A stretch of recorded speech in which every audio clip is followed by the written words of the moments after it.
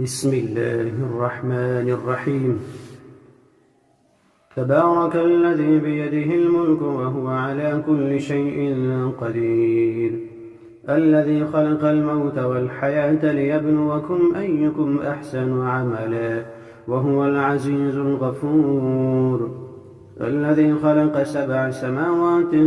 طباقا ما ترى في خلق الرحمن من تفاوت، فارجع البصر هل ترى من فطور، ثم ارجع البصر كرتين ينقلب إليك البصر خاسئا وهو حسير، ولقد زينا السماء الدنيا بمصابيح وجعلناها رجوما للشياطين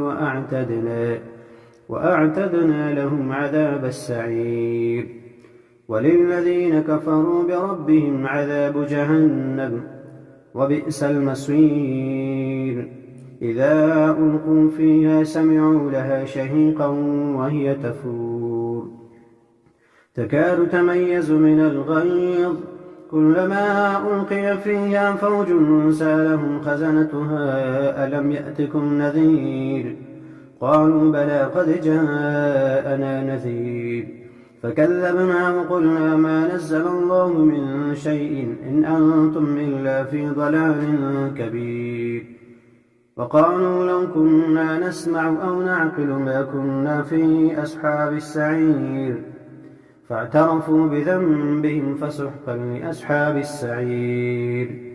إن الذين يخشون ربهم بالغيب لهم مغفرة وأجر كبير، وأسروا قولكم أو اجهروا به إنه عليم بذات الصدور، ألا يعلم من خلق وهو اللطيف الخبير. هو الذي جعل لكم الأرض ذلولا فامشوا في مناكبها وكلوا من رزقه وإليه النشور. أأمنتم من في السماء أن يخسف بكم الأرض فإذا هي تمور، أم أمنتم من في السماء أن يرسل عليكم حاصبا، فستعلمون كيف نذير. ولقد كذب الذين من قبلهم فكيف كان نكير. أولم يروا إلى الطير فوقهم صافات ويقبضن ما يمسكهن إلا الرحمن إنه بكل شيء بصير. أمن هذا الذي هو جند لكم ينصركم من دون الرحمن إن الكافرون إلا في غرور. أمن هذا الذي يرزقكم إن أمسك رزقه بل لجوا في عتو ونفور. أفمن يمشي مكبا على وجهه أهدى أمن يمشي سويا على صراط مستقيم. قل هو الذي أنشأكم وجعل لكم السمع والأبصار والأفئدة قليلا ما تشكرون. قل هو الذي ذرأكم في الأرض وإليه تحشرون. ويقولون متى هذا الوعد إن كنتم صادقين. قل إنما العلم عند الله وإنما أنا نذير مبين. فلما رأوه زلفة سيئت وجوه الذين كفروا وقيل هذا الذي كنتم به تدعون. قل أرأيتم إن أهلكني الله ومن معي أو رحمنا فمن يجير الكافرين من عذاب أليم. قل هو الرحمن آمنا به وعليه توكلنا فستعلمون من هو في ضلال مبين. قل أرأيتم إن أصبح ماؤكم غورا فمن يأتيكم بماء معين. بسم الله الرحمن الرحيم. إذا وقعت الواقعة ليس لوقعتها كاذبة خافضة رافعة. إذا رجت الأرض رجا وبست الجبال بسا فكانت هباء منبثا. وكنتم أزواجا ثلاثة فأصحاب الميمنة ما أصحاب الميمنة وأصحاب المشأمة ما أصحاب المشأمة. والسابقون السابقون أولئك المقربون في جنات النعيم ثلة من الأولين وقليل من الآخرين على سرر موضونة متكئين عليها متقابلين يطوف عليهم ولدان مخلدون بأكواب وأباريق وكأس من معين لا يصدعون عنها ولا ينزفون وفاكهة مما يتخيرون ولحم طير مما يشتهون وحور عين كأمثال اللؤلؤ المكنون جزاء بما كانوا يعملون لا يسمعون فيها لغوا ولا تأثيما إلا قيلا سلاما سلاما وأصحاب اليمين ما أصحاب اليمين في سدر مخضود وطلح منضود وظل ممدود وماء مسكوب وفاكهة كثيرة لا مقطوعة ولا ممنوعة وفرش مرفوعة إنا أنشأناهن إن شاء فجعلناهن أبكارا عربا أترابا لأصحاب اليمين ثلة من الأولين وثلة من الآخرين وأصحاب الشمال ما أصحاب الشمال في سموم وحميم وظل من يحموم لا بارد ولا كريم إنهم كانوا قبل ذلك مترفين وكانوا يصرون على الحنث العظيم وكانوا يقولون أئذا متنا وكنا ترابا وعظاما أئنا لمبعوثون أوآباؤنا الأولون قل إن الأولين والآخرين لمجموعون إلى ميقات يوم معلوم ثم إنكم أيها الضالون المكذبون لآكلون من شجر من زقوم فمالئون منها البطون فشاربون عليه من الحميم فشاربون شرب الهيم هذا نزلهم يوم الدين نحن خلقناكم فلولا تصدقون أفرأيتم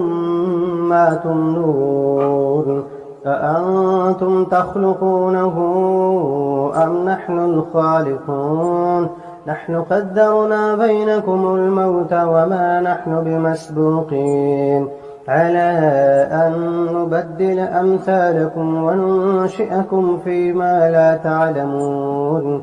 ولقد علمتم النشأة الأولى فلولا تذكرون أفرأيتم ما تحرثون أأنتم تزرعونه أم نحن الزارعون لو نشاء لجعلناه حطاما فظلتم تفكهون إنا لمغرمون بل نحن محرومون أفرأيتم الماء الذي تشربون أأنتم أنزلتموه من المزن أم نحن المنزلون لو نشاء جعلناه أجاجا فلولا تشكرون أفرأيتم النار التي تورون أأنتم أنشأتم شجرتها أم نحن المنشئون نحن جعلناها تذكرة ومتاعا للمقوين فسبح باسم ربك العظيم فلا أقسم بمواقع النجوم وإنه لقسم لو تعلمون عظيم إنه لقرآن كريم في كتاب مكنون لا يمسه إلا المطهرون تنزيل من رب العالمين أفبهذا الحديث أنتم مدهنون وتجعلون رزقكم أنكم تكذبون فلولا إذا بلغت الحلقوم وأنتم حينئذ تنظرون ونحن أقرب إليه منكم ولكن لا تبصرون فلولا إن كنتم غير مدينين ترجعونها إن كنتم صادقين فأما إن كان من المقربين فروح وريحان وجنة نعيم وأما إن كان من أصحاب اليمين فسلام لك من أصحاب اليمين وأما إن كان من المكذبين الضالين فنزل من حميم وتصلية جحيم إن هذا لهو حق اليقين فسبح باسم ربك العظيم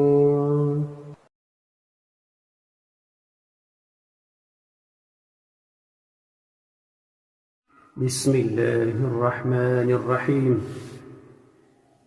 تبارك الذي بيده الملك وهو على كل شيء قدير الذي خلق الموت والحياة ليبلوكم أيكم أحسن عملا وهو العزيز الغفور الذي خلق 7 سماوات طباقا ما ترى في خلق الرحمن من تفاوت فارجع البصر هل ترى من فطور ثم ارجع البصر كرتين ينقلب إليك البصر خاسئا وهو حسير ولقد زينا السماء الدنيا بمصابيح وجعلناها رجوما للشياطين وأعتدنا لهم عذاب السعير وللذين كفروا بربهم عذاب جهنم وبئس المصير إذا ألقوا فيها سمعوا لها شهيقا وهي تفور تكاد تميز من الغيظ كلما ألقي فيها فوج سألهم خزنتها ألم يأتكم نذير قالوا بلى قد جاءنا نذير فكذبنا وقلنا ما نزل الله من شيء إن أنتم إلا في ضلال كبير وقالوا لو كنا نسمع أو نعقل ما كنا في أصحاب السعير فاعترفوا بذنبهم فسحقا لأصحاب السعير إن الذين يخشون ربهم بالغيب لهم مغفرة وأجر كبير وأسروا قولكم أو اجهروا به إنه عليم بذات الصدور ألا يعلم من خلق وهو اللطيف الخبير هو الذي جعل لكم الأرض ذلولا فامشوا في مناكبها وكلوا من رزقه وإليه النشور أأمنتم من في السماء أن يخسف بكم الأرض فإذا هي تمور أم أمنتم من في السماء أن يرسل عليكم حاصبا فستعلمون كيف نذير ولقد كذب الذين من قبلهم فكيف كان نكير أولم يروا إلى الطير فوقهم صافات ويقبضن ما يمسكهن إلا الرحمن إنه بكل شيء بصير أمن هذا الذي هو جند لكم ينصركم من دون الرحمن إن الكافرون إلا في غرور أمن هذا الذي يرزقكم إن أمسك رزقه بل لجوا في عتو ونفور أفمن يمشي مكبا على وجهه أهدى أمن يمشي سويا على صراط مستقيم قل هو الذي أنشأكم وجعل لكم السمع والأبصار والأفئدة قليلا ما تشكرون قل هو الذي ذرأكم في الأرض وإليه تحشرون ويقولون متى هذا الوعد إن كنتم صادقين قل إنما العلم عند الله وإنما أنا نذير مبين فلما رأوه زلفة سيئت وجوه الذين كفروا وقيل هذا الذي كنتم به تدعون قل أرأيتم إن أهلكني الله ومن معي أو رحمنا فمن يجير الكافرين من عذاب أليم قل هو الرحمن آمنا به وعليه توكلنا فستعلمون من هو في ضلال مبين قل أرأيتم إن أصبح ماؤكم غورا فمن يأتيكم بماء معين بسم الله الرحمن الرحيم الرحمن علم القرآن خلق الإنسان علمه البيان الشمس والقمر بحسبان والنجم والشجر يسجدان والسماء رفعها ووضع الميزان ألا تطغوا في الميزان وأقيموا الوزن بالقسط ولا تخسروا الميزان والأرض وضعها للأنام فيها فاكهة والنخل ذات الأكمام والحب ذو العصف والريحان فبأي آلاء ربكما تكذبان خلق الإنسان من صلصال كالفخار وخلق الجان من مارج من نار فبأي آلاء ربكما تكذبان رب المشرقين ورب المغربين فبأي آلاء ربكما تكذبان مرج البحرين يلتقيان بينهما برزخ لا يبغيان فبأي آلاء ربكما تكذبان يخرج منهما اللؤلؤ والمرجان فبأي آلاء ربكما تكذبان وله الجوار المنشآت في البحر كالأعلام فبأي آلاء ربكما تكذبان كل من عليها فان ويبقى وجه ربك ذو الجلال والإكرام فبأي آلاء ربكما تكذبان يسأله من في السماوات والأرض كل يوم هو في شأن يسأله من في السماوات والأرض كل يوم هو في شأن فبأي آلاء ربكما تكذبان سنفرغ لكم أيها الثقلان فبأي آلاء ربكما تكذبان يا معشر الجن والإنس إن استطعتم أن تنفذوا من أقطار السماوات والأرض فانفذوا لا تنفذون إلا بسلطان فبأي آلاء ربكما تكذبان يرسل عليكما شواظ من نار ونحاس فلا تنتصران فبأي آلاء ربكما تكذبان فإذا انشقت السماء فكانت وردة كالدهان فبأي آلاء ربكما تكذبان فيومئذ لا يسأل عن ذنبه إنس ولا جان فبأي آلاء ربكما تكذبان يعرف المجرمون بسيماهم فيؤخذ بالنواصي والأقدام فبأي آلاء ربكما تكذبان هذه جهنم التي يكذب بها المجرمون يطوفون بينها وبين حميم آن فبأي آلاء ربكما تكذبان ولمن خاف مقام ربه جنتان فبأي آلاء ربكما تكذبان ذواتا أفنان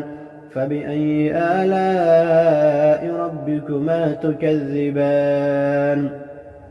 فيهما عينان تجريان فبأي آلاء ربكما تكذبان فيهما من كل فاكهة زوجان فبأي آلاء ربكما تكذبان متكئين على فرش بطائنها من استبرق وجنى الجنتين دان فبأي آلاء ربكما تكذبان فيهن قاصرات الطرف لم يطمثهن إنس قبلهم ولا جان فبأي آلاء ربكما تكذبان كأنهن الياقوت والمرجان فبأي آلاء ربكما تكذبان هل جزاء الإحسان إلا الإحسان فبأي آلاء ربكما تكذبان ومن دونهما جنتان فبأي آلاء ربكما تكذبان مدهامتان فبأي آلاء ربكما تكذبان فيهما عينان نضاختان فبأي آلاء ربكما تكذبان فيهما فاكهة ونخل ورمان فبأي آلاء ربكما تكذبان فيهن خيرات حسان فبأي آلاء ربكما تكذبان حور مقصورات في الخيام فبأي آلاء ربكما تكذبان لم يطمثهن إنس قبلهم ولا جان فبأي آلاء ربكما تكذبان متكئين على رفرف خضر وعبقري حسان فبأي آلاء ربكما تكذبان تبارك اسم ربك ذي الجلال والإكرام بسم الله الرحمن الرحيم ياسين والقرآن الحكيم إنك لمن المرسلين على صراط مستقيم تنزيل العزيز الرحيم لتنذر قوما ما أنذر آباؤهم فهم غافلون لقد حق القول على أكثرهم فهم لا يؤمنون إنا جعلنا في أعناقهم أغلالا فهي إلى الأذقان فهم مقمحون وجعلنا من بين أيديهم سدا ومن خلفهم سدا فأغشيناهم فهم لا يبصرون وسواء عليهم أأنذرتهم أم لم تنذرهم لا يؤمنون إنما تنذر من اتبع الذكر وخشي الرحمن بالغيب فبشره بمغفرة وأجر كريم إنا نحن نحيي الموتى ونكتب ما قدموا وآثارهم وكل شيء أحصيناه في إمام مبين واضرب لهم مثلا أصحاب القرية إذ جاءها المرسلون إذ أرسلنا إليهم 2 فكذبوهما فعززنا بثالث فقالوا إنا إليكم مرسلون قالوا ما أنتم إلا بشر مثلنا وما أنزل الرحمن من شيء إن أنتم إلا تكذبون قالوا ربنا يعلم إنا إليكم لمرسلون وما علينا إلا البلاغ المبين قالوا إنا تطيرنا بكم لئن لم تنتهوا لنرجمنكم وليمسنكم منا عذاب أليم قالوا طائركم معكم أئن ذكرتم بل أنتم قوم مسرفون وجاء من أقصى المدينة رجل يسعى قال يا قوم اتبعوا المرسلين اتبعوا من لا يسألكم أجرا وهم مهتدون وما لي لا أعبد الذي فطرني وإليه ترجعون أأتخذ من دونه آلهة إن يردني الرحمن بضر لا تغن عني شفاعتهم شيئا ولا ينقذون إني إذا لفي ضلال مبين إني آمنت بربكم فاسمعون قيل ادخل الجنة قال يا ليت قومي يعلمون بما غفر لي ربي وجعلني من المكرمين وما أنزلنا على قومه من بعده من جند من السماء وما كنا منزلين إن كانت إلا صيحة واحدة فإذا هم خامدون يا حسرة على العباد ما يأتيهم من رسول إلا كانوا به يستهزئون ألم يروا كم أهلكنا قبلهم من القرون أنهم إليهم لا يرجعون وإن كل لما جميع لدينا محضرون وآية لهم الأرض الميتة أحييناها وأخرجنا منها حبا فمنه يأكلون وجعلنا فيها جنات من نخيل وأعناب وفجرنا فيها من العيون ليأكلوا من ثمره وما عملته أيديهم أفلا يشكرون سبحان الذي خلق الأزواج كلها مما تنبت الأرض ومن أنفسهم ومما لا يعلمون وآية لهم الليل نسلخ منه النهار فإذا هم مظلمون والشمس تجري لمستقر لها ذلك تقدير العزيز العليم والقمر قدرناه منازل حتى عاد كالعرجون القديم لا الشمس ينبغي لها أن تدرك القمر ولا الليل سابق النهار وكل في فلك يسبحون وآية لهم أنا حملنا ذريتهم في الفلك المشحون وخلقنا لهم من مثله ما يركبون وإن نشأ نغرقهم فلا صريخ لهم ولا هم ينقذون إلا رحمة منا ومتاعا إلى حين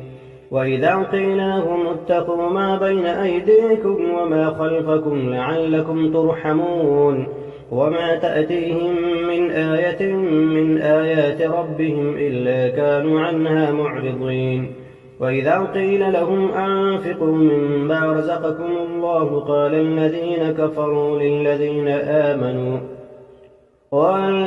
كفروا للذين آمنوا أنطعم من لم يشاء الله أطعمه إن أنتم إلا في ضلال مبين ويقولون متى هذا الوعد إن كنتم صادقين ما ينظرون إلا صيحة واحدة تأخذهم فهم يخصمون فلا يستطيعون توصية ولا إلى أهلهم يرجعون ونفخ في الصور فإذا هم من الأجداث إلى ربهم ينسلون قالوا يا ويلنا من بعثنا من مرقدنا هذا ما وعد الرحمن وصدق المرسلون إن كانت إلا صيحة واحدة فإذا هم جميع لدينا محضرون فاليوم لا تظلم نفس شيئا ولا تجزون إلا ما كنتم تعملون إن أصحاب الجنة اليوم في شغل فاكهون هم وأزواجهم في ظلال على الأرائك متكئون لهم فيها فاكهة ولهم ما يدعون سلام قولا من رب رحيم وامتازوا اليوم أيها المجرمون ألم أعهد إليكم يا بني آدم ألا تعبدوا الشيطان إنه لكم عدو مبين وأن اعبدوني هذا صراط مستقيم ولقد أضل منكم جبلا كثيرا أفلم تكونوا تعقلون هذه جهنم التي كنتم توعدون اصلوها اليوم بما كنتم تكفرون اليوم نختم على أفواههم وتكلمنا أيديهم وتشهد أرجلهم بما كانوا يكسبون ولو نشاء لطمسنا على أعينهم فاستبقوا الصراط فأنى يبصرون ولو نشاء لمسخناهم على مكانتهم فما استطاعوا مضيا ولا يرجعون ومن نعمره ننكسه في الخلق أفلا يعقلون وما علمناه الشعر وما ينبغي له إن هو إلا ذكر وقرآن مبين لينذر من كان حيا ويحق القول على الكافرين أولم يروا أنا خلقنا لهم مما عملت أيدينا أنعاما فهم لها مالكون وذللناها لهم فمنها ركوبهم ومنها يأكلون ولهم فيها منافع ومشارب أفلا يشكرون واتخذوا من دون الله آلهة لعلهم ينصرون لا يستطيعون نصرهم وهم لهم جند محضرون فلا يحزنك قولهم إنا نعلم ما يسرون وما يعلنون أولم ير الإنسان أنا خلقناه من نطفة فإذا هو خصيم مبين وضرب لنا مثلا ونسي خلقه قال من يحيي العظام وهي رميم قل يحييها الذي أنشأها أول مرة وهو بكل خلق عليم الذي جعل لكم من الشجر الأخضر نارا فإذا أنتم منه توقدون أوليس الذي خلق السماوات والأرض بقادر على أن يخلق مثلهم بلى وهو الخلاق العليم إنما أمره إذا أراد شيئا أن يقول له كن فيكون فسبحان الذي بيده ملكوت كل شيء وإليه ترجعون